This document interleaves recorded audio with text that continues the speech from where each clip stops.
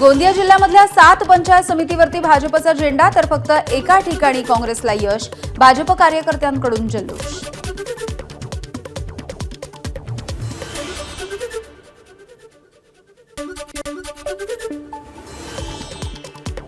भंडाऱ्यामध्ये पंचायत समिती निवडणुकांमध्ये 4 ठिकाणी भाजप आणि राष्ट्रवादीची सरशी तर 3 पंचायत समित्यांवरती काँग्रेसचा झेंडा।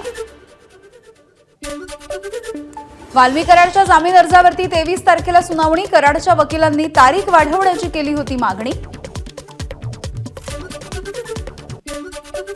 वाल्मी कराडच्या प्रकरणी पुण्यामधल्या माजी नगरसेवक दत्ता खाडे यांची सीआयडीकडून चौकशी, कराडची दुसरी पत्नी मंगल जाधवच्या नावे पुण्यामधल्या ऑफिससाठी 2 जागांची खरेदी, याचा व्यवहार दत्ता खाडे यांच्या मध्यस्थीने झाल्याचा संशय।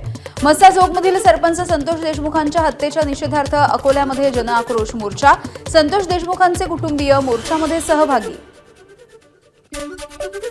नंदुरबारमधील दगडफेकीच्या प्रकरणी 18 आरोपी पोलिसांच्या ताब्यात, आरोपींमध्ये 7 अल्पवयीन मुलं असल्याची माहिती, रिक्षाच्या अपघातानंतर झालेल्या राड्यावरून दगडफेक। एबीपी माझा, उघडा डोळे बघा नीट।